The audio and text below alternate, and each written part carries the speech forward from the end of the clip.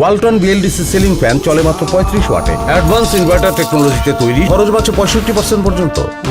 Walton BLDC fan ছড়ায় স্বস্তির সবুজ হাওয়া। ওয়ালটন ফ্যান নির্বাচনী হাওয়ায় আপনাদের আরও একবার স্বাগত জানাচ্ছি। আপনারা এরই মধ্যে আমাদের একটি অনুষ্ঠান দেখেছেন।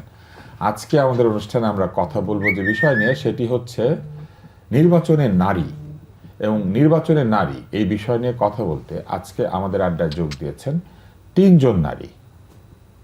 চলুন তাহলে তাদের সঙ্গে পরিচিত হওয়া যাক। আমার কাছেই বসে আছেন জেসমিন টুলি।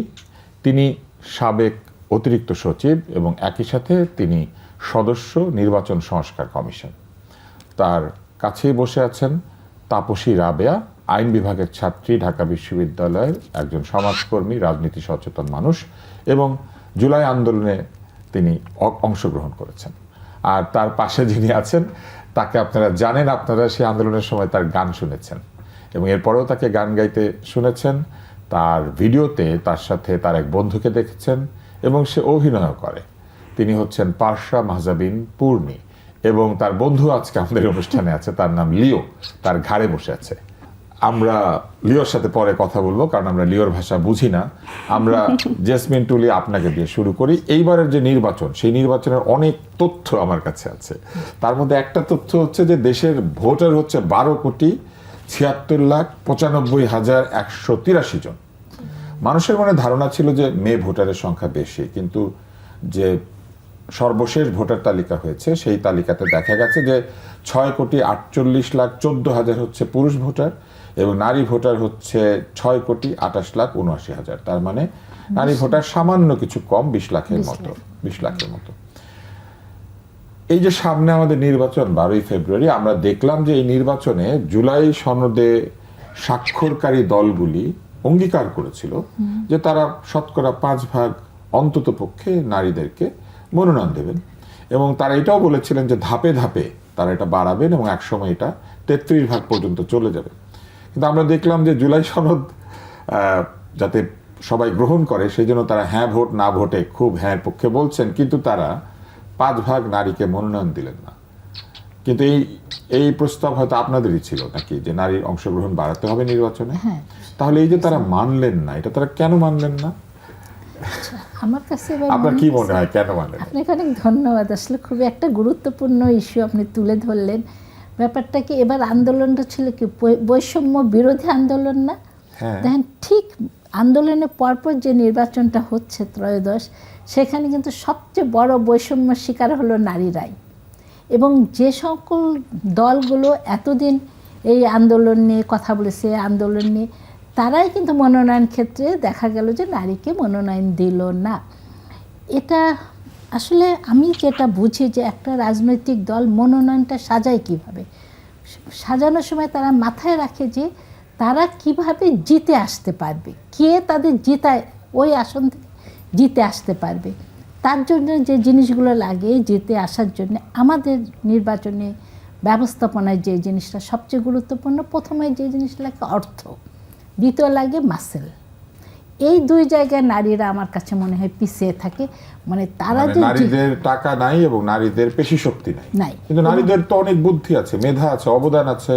এই আমাদের দেশে আপনি বলেন যাদের নমিনেশন দেওয়া হয় তাদের মধ্যে কি মেধা, বুদ্ধি, বিদ্যা এসব দেখে নমিনেশন দেওয়া হয়? কি দেখে দেয়? নমিনেশন দেয় মূলত কাকে দিয়ে সে ওই সিটটা জিতে আসতে পারবে। নারীরা কি জিততে পারবে না? হ্যাঁ, কিছু কিছু ক্ষেত্রে যেখানে নারীদের দেয়, অতীত আমার অভিজ্ঞতা থেকে আমি যেটা দেখেছি যে যেসব ক্ষেত্রে দেখা যায় ওই দল জিতে আসতে পারবে না ওই আসনটাতে, কিন্তু নারী একটা মনোনয়ন দিতে হবে যে রাখতে, ঠিক ওই আসনটাতে দিয়ে দেয়। এই একটা নারীও থাকলো হেরেও গেল, মানে ওটা জানে যে ওটা তার সিট না, তারা জিতে আসতে পারবে না। এই ক্যালকুলেশনটা মূলত তারা করে।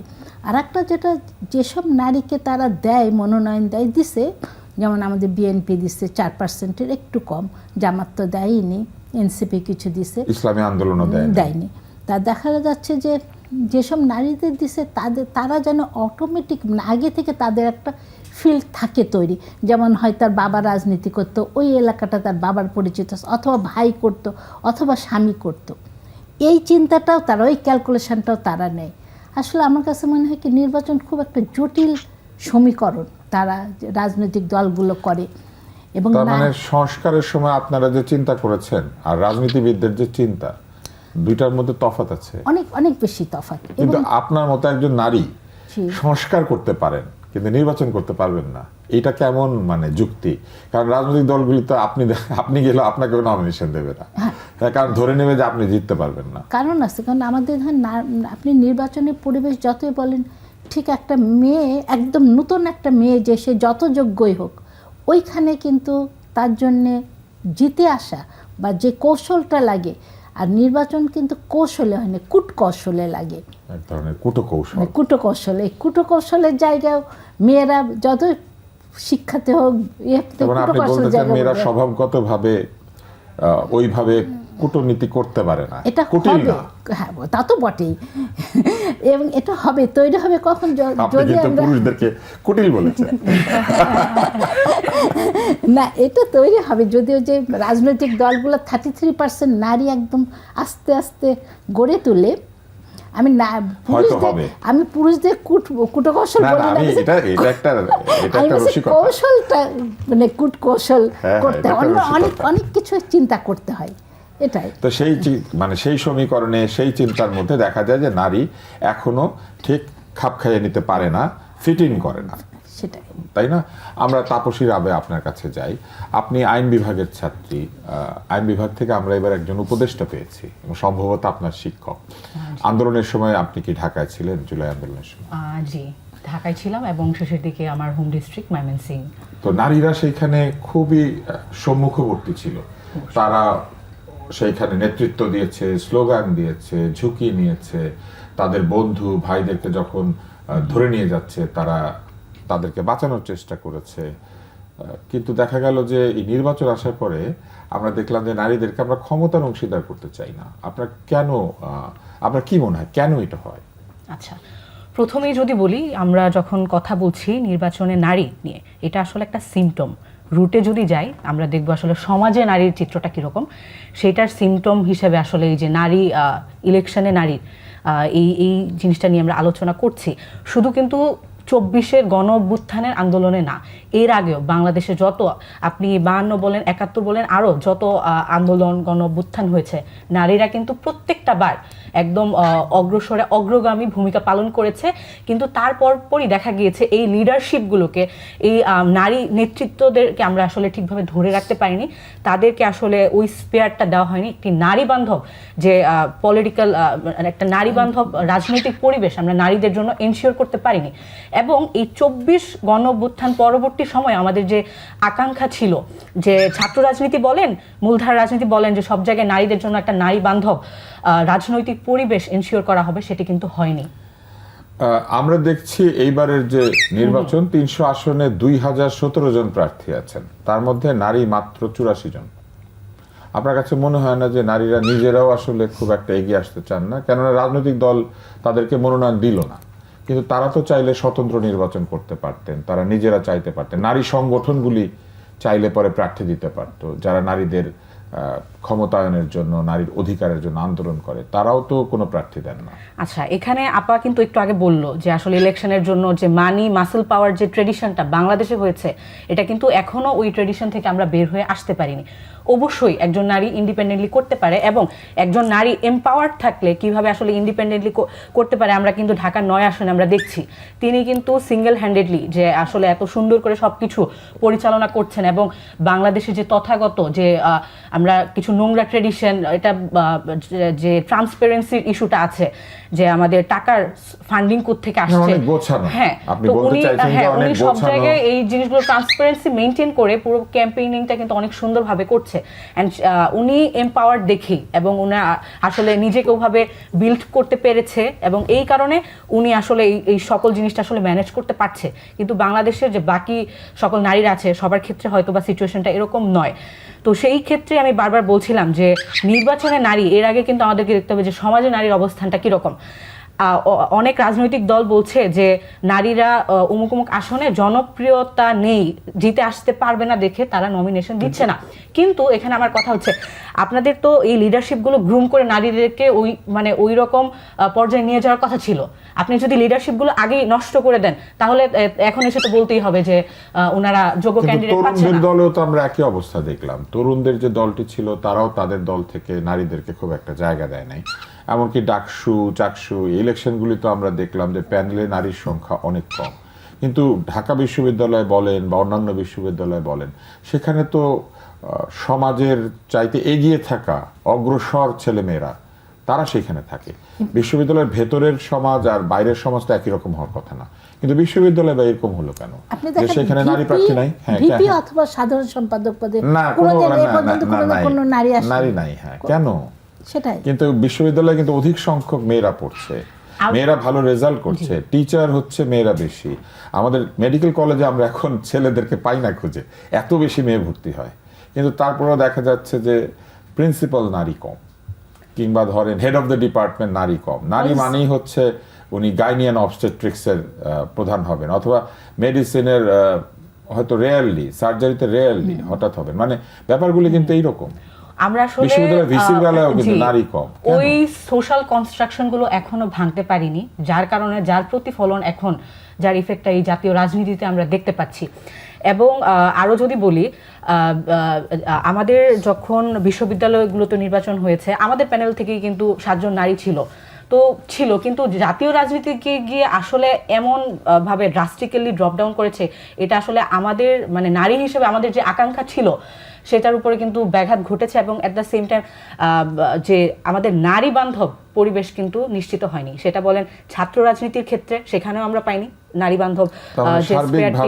সার্বিকভাবে নারীর সংখ্যা বেড়েছে, গুণগতভাবে তারা অগ্রসর হয়েছেন, কাজের ক্ষেত্রে এগিয়ে গিয়েছেন, কিন্তু ক্ষমতা পাওয়ার ক্ষেত্রে তারা এখানে নারীদেরকে আসলে সিস্টেমেটিক্যালি বিভিন্নভাবে ওই লিডারশিপ জায়গাগুলোতে মার্জিনালাইজড করে দেওয়া হয়। আরো যদি আরেকটা জিনিস বলি, যে আমরা নারীরা যখন ভোকাল হয়ে কথা বলি, আমাদেরকে কিন্তু অনেক মানে সাইবার হ্যারাসমেন্ট এবং বুলিং এর শিকার হতে হয়। আমরা আসবো ওই প্রসঙ্গে। আমরা এবার একসঙ্গে দুইজনের কাছে যাচ্ছি। এখানে লিও আছে এবং লিওর বন্ধু আছে পাশা মাহজাবিন। পাশা, আমরা যখন জুলাই আন্দোলন হয় আপনার গান শুনেছি, আপনি ভুলে যাওয়ার গান গেয়েছিলেন। হ্যাঁ, এটা এক ধরনের বেদনার গান ছিল আসলে।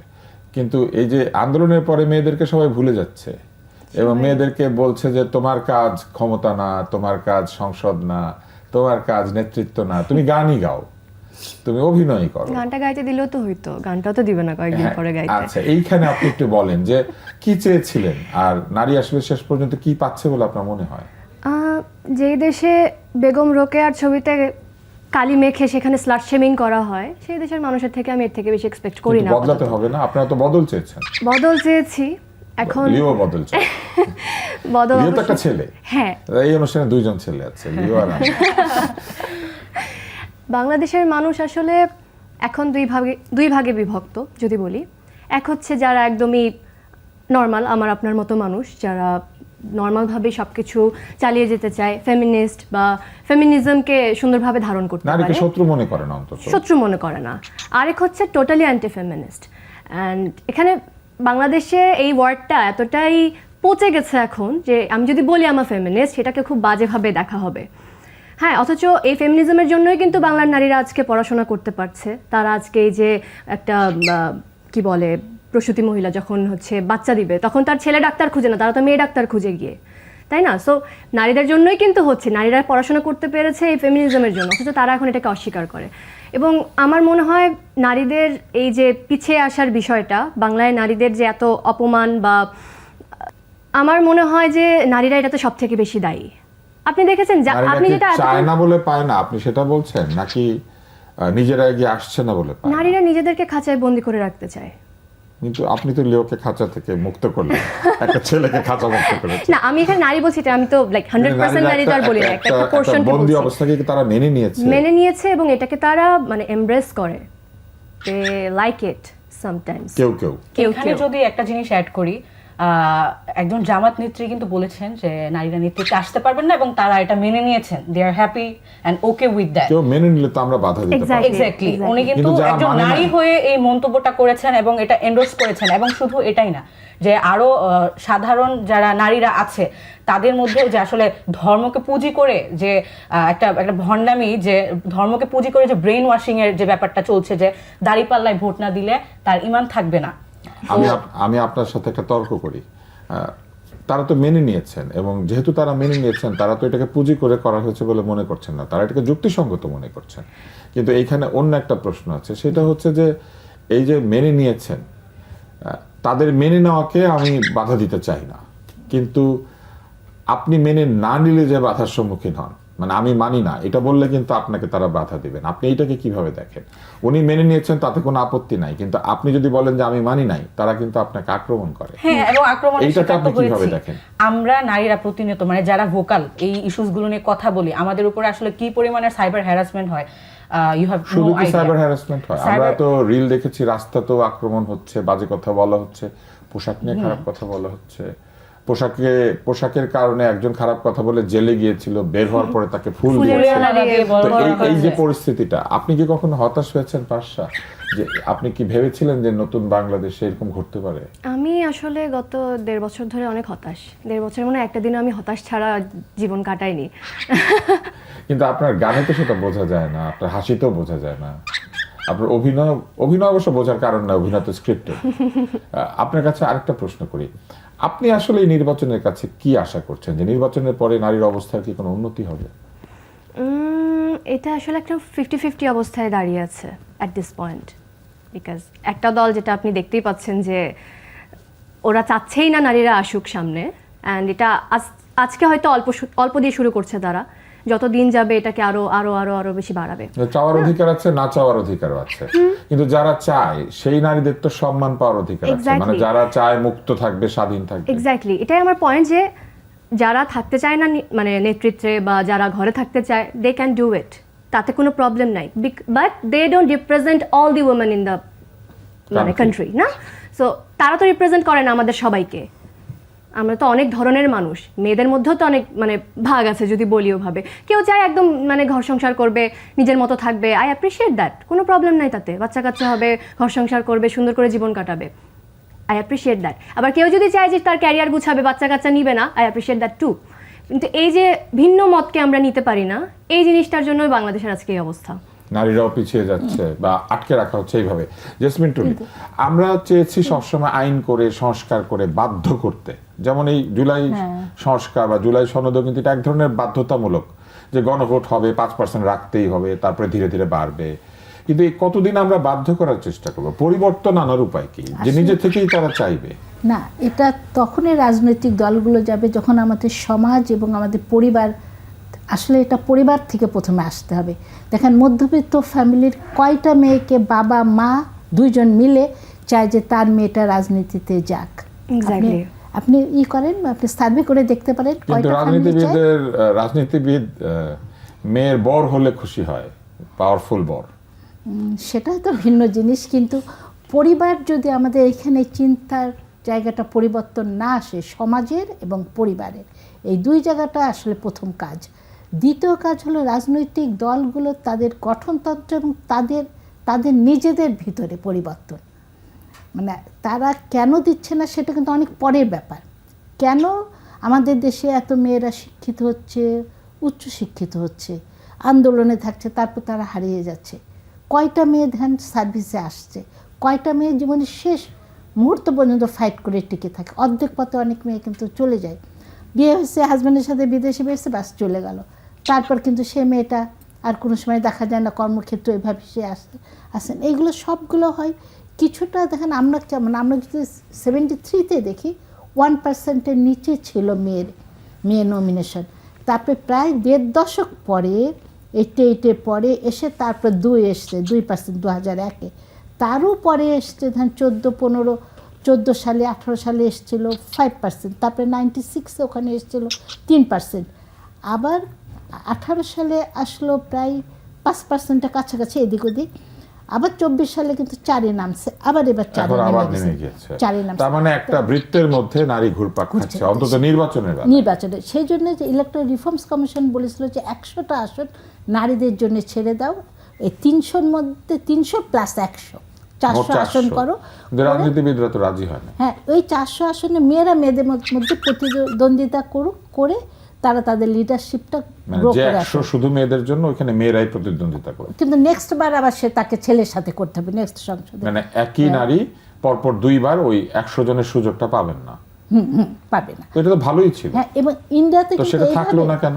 ইন্ডিয়াতে কিন্তু এইভাবে নারী নেতৃত্ব গড়ে উঠেছে। ইন্ডিয়াতে একদম ওদের লোকসভার সব একদম নিচে কিন্তু আমরা কি করলাম না এই জন্য যে ইন্ডিয়া করেছে সেই জন্য নাকি? না, ঠিক সেই জন্য না। আসলে আমার কাছে মনে হচ্ছে এই জিনিসটা করার জন্য যে মানসিকতা লাগে ওই জায়গাটা প্রস্তুত না আমাদের দেশে রাজনৈতিক দল, এবং আমরা মানি বা না মানে আমাদের তো পুরুষতান্ত্রিক সমাজ। আমার সমাজ এখনো নারীকে তার নেতৃত্বের জায়গায় দেখতে চায় না, অথচ 90-এর পরবর্তী সময়ে নারীরাই তো আমাদেরকে নেতৃত্ব দিলেন। না, যদিও পুরুষের পরিবর্তে তারা এসেছিলেন, কিন্তু তারা তো নেতৃত্ব দিয়েছেন না, যোগ্যতার নেতৃত্ব সাথে। দিয়েছে। দেখেন, আমি প্রথমেই কিন্তু একটা বলেছিলাম সূত্র ধরে, কেউ পরিবার, কেউ হাজব্যান্ড থেকে এসছে, কেউ বাবার থেকে। সে একটা মাঠ, একটা পরিচিত জায়গা পেয়ে গেছে, অলরেডি তার জন্য রেডি ছিল, রেডি জায়গা সে জাস্ট বসেছে। কিন্তু নারী তো এটা প্রমাণ করেছে যে নারী চাইলে স্বৈরতান্ত্রিক হতে পারে এবং পুরুষের চেয়ে বেশি।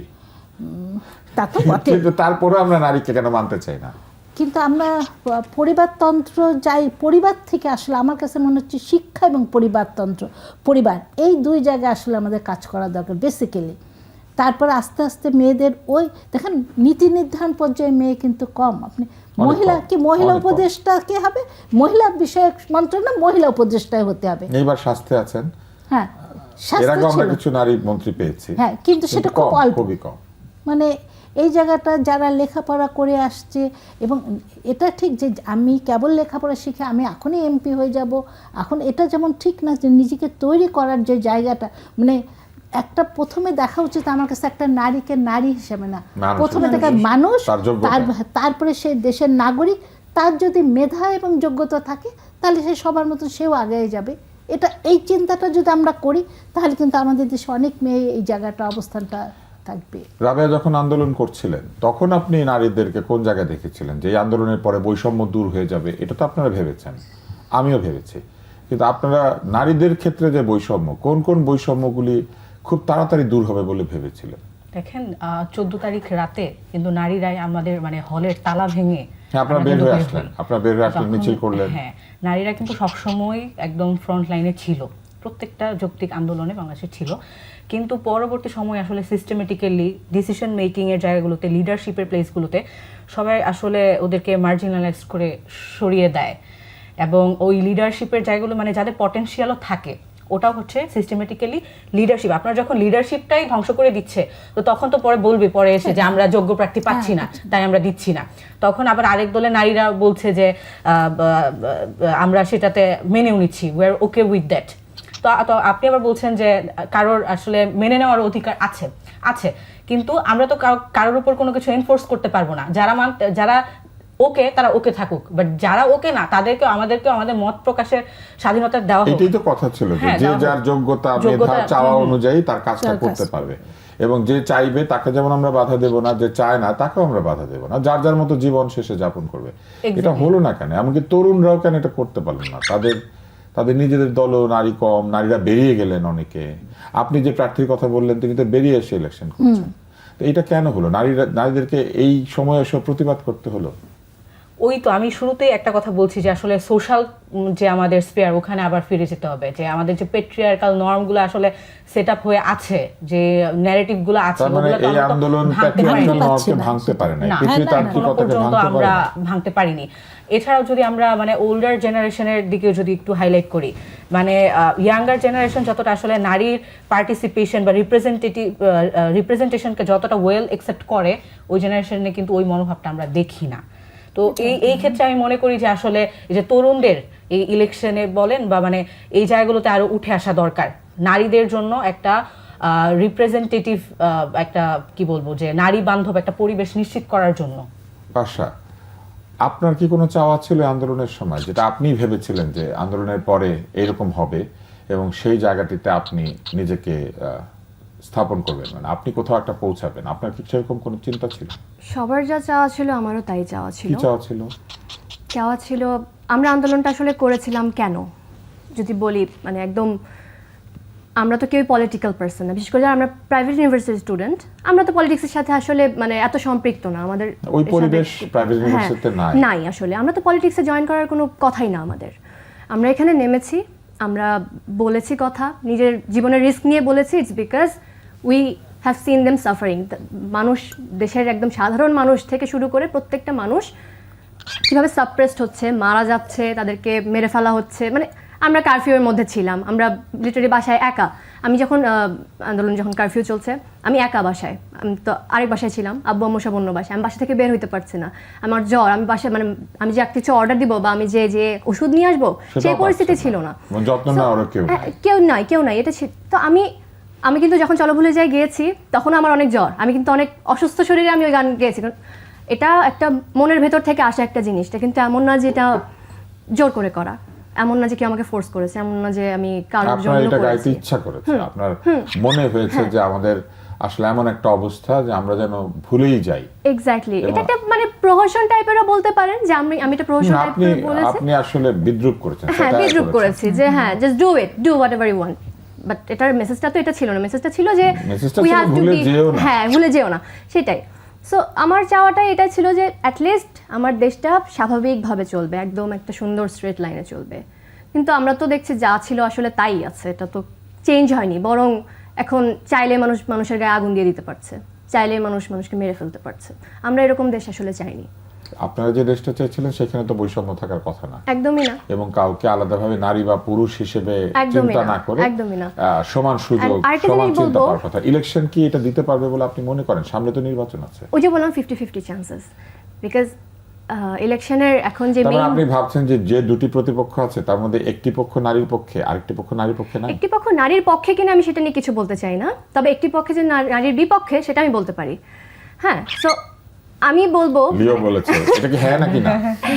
when you are the leader, যেই আসুক যেই হোক, when you are the leader, you are the leader of the whole country, না? বাংলাদেশ একটা সেকুলার কান্ট্রি, বাংলাদেশে অনেক ধরনের মানুষ আছে, অনেক ধর্মের মানুষ আছে। সবার কথা চিন্তা করে ইউ আর দ্য লিডার, না? সবাইকে আপনি রিপ্রেজেন্ট যেন করতে পারেন, সবার জন্য যেন সমান অধিকার আপনি দিতে পারেন, এটা আপনার দায়িত্বের মধ্যে পড়ে। সেখানে যদি আপনি নিজেকে নিজের আইডিওলজি দিয়ে সব কিছু বিচার করেন, বাছবিচার করেন, সেখানে নারীও জায়গা পাবে না, সেখানে আপনি ভালো কিছু আশা আসলে করতে পারবেন না। দেশের প্রত্যেকটা মানুষকে তো আপনি তাহলে রিপ্রেজেন্ট করলেন না যদি না আপনি নিউট্রাল হলেন।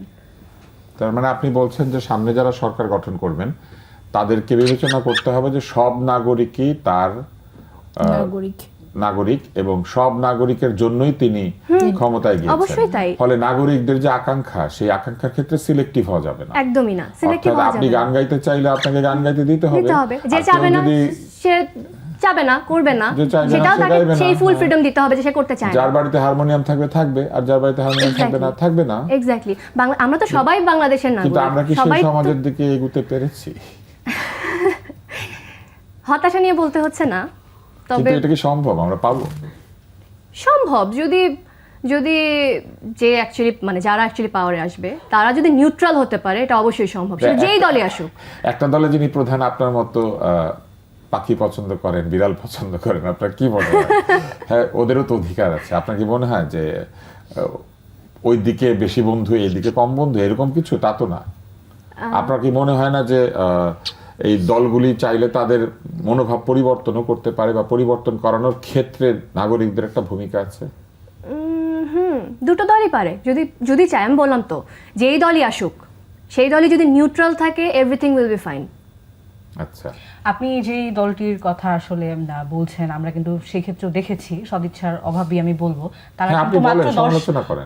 10 জন নারীকে মনোনয়ন হ্যাঁ, দিতে দিয়েছে, পারেন নাই। এখন দিতে পারেনি। মজার ব্যাপার কি জানেন, তাদের বক্তব্য হচ্ছে যে আমরা অনেক যোগ্য পাই না, কিন্তু আমরা তো চেষ্টা আমি করেছি। এই জায়গাতেই বারবার ফোকাস দিচ্ছিলাম যে আপনি আগেই যখন লিডারশিপ আর জায়গাগুলোতে আরেক দল আসলে তো বলেছেন ধ্বংস করে যোগ্য দিচ্ছেন। হলেও দিব না, মানে দুইটাই হ্যাঁ, একটা বক্তব্য। এবং ডিসিশন মেকিং রোলগুলোতে আগেই আপনি সাইডলাইন করে দিচ্ছেন, তো পরে লাস্ট সময় এসে তো আপনি বলবেনই যে আমার যোগ্য প্রার্থী নেই। তো ওই জায়গায় আপনার আপনারা কাছে ভ্যাকুয়াম আসে। ক্রিয়েট করে দিচ্ছেন। আসলে ভাই যেটা হচ্ছে যে যারা মনোনয়ন পেয়েছে আপনি দেখেন ম্যাক্সিমামই কিন্তু ফ্যামিলি ব্যাকগ্রাউন্ড তাদের ওইটা ছিল, রেডি ছিল ফিল্ড। আপনি মূল জায়গায় আসেন ক্ষমতা তার মানে জিতে। কারণ তারা হচ্ছে আসলে এক ধরনের সাবস্টিটিউশন, এবং তাই আমরা না? তো হ্যাঁ। পরিবার আসল তিনি নাই কোনো কারণে, কিন্তু ক্ষেত্রটা প্রস্তুত আছে। প্রস্তুত আছে। আবেগ হোক কিংবা পারিবারিক তাই না? ঐতিহ্য হোক কিংবা সম্পদের প্রাচুর্য হোক কিংবা ওই যে আপনি যেটা বলেন মাসেল এন্ড আদার থিংস হোক, ওগুলার তৈরি ছিল। তৈরি ছিল। সুতরাং ওইখানে পরিবারের একজনকে দিয়ে দেওয়া হয়েছে, এটা আপনি বলছেন। এবং বিএনপি তো অনেক বড় দল হিসাবে দেখেন তাদের কিন্তু তৃণমূলে অনেক মেয়ে ছিল, অনেক নারী ছিল কিন্তু, এবং মাঠে কাজ করা নারী ছিল। তারা হ্যাঁ, ইচ্ছা এমনকি করলে আগে নির্বাচিত হয়েছেন এমন হ্যাঁ, নারীও ছিল। এমনও ছিল, মানে আরও কিন্তু বাড়াতে পারতো। মানে এমন হতে পারতো যে বিএনপি এই একটা সুযোগ হারাইছে আমার কাছে মনে হয়, সে একটা আদর্শ দল হিসেবে সামনে চলে আসতে পারতো, নারী বান্ধব দল যদি হেরেও হিসাবে যেত আরো কিছু নারীকে দিলে সেই নারীরা এগিয়ে আসতে পারত। এগিয়ে আসতে পারতো, মানে যেটা আমাদের জন্য অন্য দলও সেখান থেকে অনেক কিছু শিখতে পারতো, বা দেশের মানুষের একটা আশার জায়গাটা তার পূরণ করতে পারতো। কিন্তু 5% এগ্রিমেন্ট করার পরও যদি কেউ না দেয়, ওই পর্যন্ত না দেয় 5%, দেখেন 10, ওইটা নিয়ে খুব হ্যাঁ, কেউই 10% দিল না, নিয়ে আমরা কিন্তু এটাই অবাক হয়েছি। আমরা যেমন 10% নিয়ে আপনি দেখেন টানাটানি যে, করছিলাম। খেলাফত মজলিস 33টি আসনে প্রার্থী দিয়েছে, কোনো নারীকে দেয় নাই। ইসলামী আন্দোলন কোনো নারীকে দেন নাই। ওনারা এটাও বলেছেন যে তারা নারী থাকলে সেখানে যেতেও চান না। তারপরে বিএনপি দিয়েছেন 10 জনকে, এনসিপি দিয়েছেন 2 জনকে, তাদের 30টি আসন আছে। বিএনপি 287টি আসনের মধ্যে 10 জনকে, আর জামাত 224টি আসনে কাউকে দেন নাই। ওনারা ঘোষণাও করে দিয়েছে যে নারী তাদের দলেরও প্রধান হবে না কিংবা কখনো প্রধানমন্ত্রীও হবে না, এটা তারা বলে দিয়েছেন। তাদের মধ্যে তো নারী নেতৃত্বে আসতে পারবে না। হ্যাঁ, আসতেই পারবে না। নেতৃত্বে মানে প্রধান হিসেবে আসতে আমরা পারবে দেখলাম না। যে বাম যারা রাজনীতি করেন তারাই বরং নারীর প্রতি একটু বন্ধুভাবাপন্ন। বেশি দিচ্ছে। গণসংহতি আন্দোলন 18 জনের মধ্যে 4 জনকে দিয়েছে, যেটা অনেক বেশি, মানে 5%-এর চেয়েও বেশি। আর বাসদের 33 জন প্রার্থীর মধ্যে 5 জন 5 নারী, এটা সেই বেশি, হিসেবে প্রায় অনেক বেশি, 15%। 15%। এবং 51টি দল নির্বাচনে অংশ নিচ্ছে, 30টি দল কোনো নারী নারী দেয় নাই। দেয়নি। মানে এই দলগুলি ছেলেদের দল, এগুলো আসলে মেয়েদের দল না। আমার কাছে মনে হচ্ছে নারীদের রাজনীতিতে এগিয়ে দেওয়ার জন্য অনেক পৃথিবীর অনেক দেশ আছে কিন্তু পাবলিক ফান্ডিং করে। হ্যাঁ হ্যাঁ, এই জায়গাগুলো আইনের মধ্যে, তারপরে মনোনয়ন দেওয়ার ক্ষেত্রে বাধ্যবাধকতা করে দাও আইনের মধ্যে। আসলে শুরুটা একটু বাধ্যবাধকতা দিয়ে করতে হবে, নিজে থেকে কোনো দল এই কাজটা করবেন না। তা যদি পাবলিক ফান্ডিং করা যায়, যেসব মেয়ের দরকার, একদম ভালোভাবে যে করা দরকার তাও না, এবং আমাদের যাতে গঠনতন্ত্রগুলোতে যে না তোমরা 10% বা 8% নারী তোমাদের মনোনয়ন দিতেই হবে, সে তোমরা যেভাবেই দাও, অথবা তোমরা ওই যে 100টা আসন নারীদের জন্য করো। আসলে নারীদের ব্যাপারটা হয় কি, এই যে ইলেকশন আসে আমরা খুব কথা বলি, নারীরাও কথা বলি, নারীবাদী সংস্থাগুলো সব কিন্তু সোচ্চার হয়ে ওঠে। যে ইলেকশন চলে যাবে তারপরে দেখবেন এই আলোচনাটাই থেমে যাবে। কিন্তু এই আলোচনাটা যদি 5 বছর থাকে, মানে সামনের ইলেকশন যেটা হবে, এর পরের ইলেকশনটা, সেই পর্যন্ত যদি এটা টেনে নেওয়া যায়, সেক্ষেত্রে কিন্তু সমাজের মানুষের মনস্তাত্ত্বিক জায়গাটা একটা হিট করা যায়, সেখানে তারা চিন্তার জায়গা করে। আজকে আমরা 3 জন অতিথি বলেছি, কিন্তু 4 নম্বর অতিথি একজন আছে, তিনি হচ্ছেন লিও। এবং লিও পুরো সময়টা ধৈর্য ধরে আমাদের সঙ্গে অনুষ্ঠানে ছিল। ও কি বুঝেছে জানি না, কিন্তু পাখিদের কোনো নির্বাচন হলে লিও প্রথমে ম্যানিফেস্টো বানাবে, তারপরে সবার কাছে যাবে এবং গিয়ে বলবে যে সে যদি জেতে তাহলে পাখিদের জীবনে কি পরিবর্তন আসবে। এবং বৈষম্যহীন একটি পৃথিবীতে লিওর মতো এরকম চমৎকার পাখি এবং কাক, 2টা পাখির মধ্যে কোনো পার্থক্য থাকবে না। পাখি হিসেবে তাদের যে অধিকার সব পাবে, তাই না? একদম। কিন্তু পাশা, আমাদের একটা অধিকার আছে, আমরা তো আপনার শ্রোতা, এবং আপনি কোথাও গেলে, ঢেকি যেমন স্বর্গে গেলেও ধান ভানে, আপনি পাখি নিয়ে গেলেও আপনাকে গান গাইতে হবে। হ্যাঁ, এটা সব জায়গায় করতে হয়, সব জায়গায় করতে হয় না? খুবই একটা ছোটবেলাতে ইভেন যখন আমি ক্লাসে, স্কুলে প্রত্যেক দিনই কোনো না কোনো টিচার আমার থেকে গান শুনতো তাই ক্লাসে। নম্বর বেশি দিত না? দিত। গান শোনার নম্বর বেশি পাওয়া যায়। পাশা কোনদিন নির্বাচনে দাঁড়ালে গান গাইবেন নিশ্চয়ই, গান গেয়ে গিয়ে ভোট চাইবেন? অবশ্যই। আমরা আজকের অনুষ্ঠান আপনাদের সবার অনুমতি নিয়ে শেষ করছি, কিন্তু পাশার গান শুনতে শুনতে আমরা এখন বাড়িতে যাব। আপনারা দেখছিলেন ওয়ালটন ফ্যান নির্বাচনী হাওয়া। আমরা এই অনুষ্ঠানে মজার আড্ডা দিয়েছি, কিন্তু যে আড্ডা দিয়েছি কখনো কখনো খুবই গভীর গুরুত্বপূর্ণ কথা এসেছে এবং বেদনার কথা এসেছে। বাংলাদেশে অর্ধেক জনসংখ্যা নারী, নারীরা সমাজের সব ক্ষেত্রে অবদান রাখছেন, শুধু নির্বাচন, ক্ষমতায়ন, ক্ষমতা কেন্দ্রিকতার যে রাজনীতি, সেইখানে আমরা নারীদেরকে সেইভাবে উপস্থিত হতে দেখছি না বা তাদেরকে থাকতে দেখছি না। এর পেছনে অনেক অনেক কারণ আছে। কারণ যাই থাক, সব কারণই দূর করা সম্ভব, এবং নারীদেরকে এগিয়ে আনার জন্য শুধু নারীরাই কাজ করবেন ব্যাপারটা সেরকম নয়। সমাজ ব্যবস্থাকে ঠেলে সাজাতে হবে, প্রতিষ্ঠানগুলিকে তাদের মনোভাব বদলাতে হবে, রাজনৈতিক দলের নেতৃবৃন্দকে এটা বুঝতে পারতে হবে যে যে কবিতায় বলা আছে অর্ধেক তার আনিয়াছে নারী অর্ধেক তার নর, সেই কবিতা মিথ্যা হয়ে যায় যদি শুধুমাত্র ছেলেরাই সব কাজ করতে চায় আর মেয়েদেরকে পাশে রাখতে না চায়, অথবা মেয়েদের পাশে দাঁড়াতে না চায়। কোনো মেয়েও নেতৃত্ব দিতে পারেন যেখানে পুরুষ তার পাশে দাঁড়াবেন। আজকে আমরা পাশার গান শুনতে শুনতে বিদায় নেব, এবং এই গানের মধ্যে দিয়ে আমাদের মন ভালো হয়ে যাবে, কেননা এই দিন দিন নয়, আরো দিন আছে, এই দিনের নেব আমরা সেই দিনেরই কাছে। পাশা জন্ম আমার ধন্য হলো, জন্ম আমার ধন্য হলো মাগো, এমন করে আকুল হয়ে আমায় তুমি ডাকো।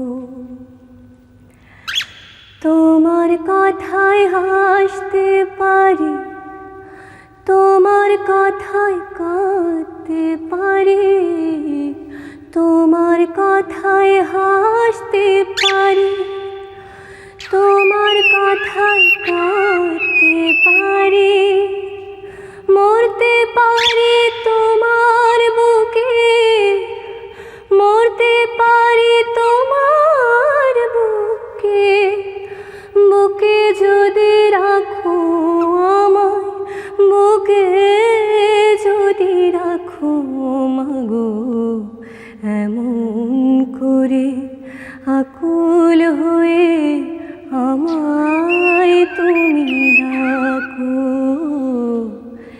এমন করে আকুল হয়ে আমায় তুমি ডাকো। ওয়ালটন বিএলডিসি সিলিং ফ্যান চলে মাত্র 35 ওয়াটে। অ্যাডভান্স ইনভার্টার টেকনোলজিতে তৈরি, খরচ বাঁচে 65% পর্যন্ত। ওয়ালটন বিএলডিসি ফ্যান ছড়ায় স্বস্তির সবুজ হাওয়া।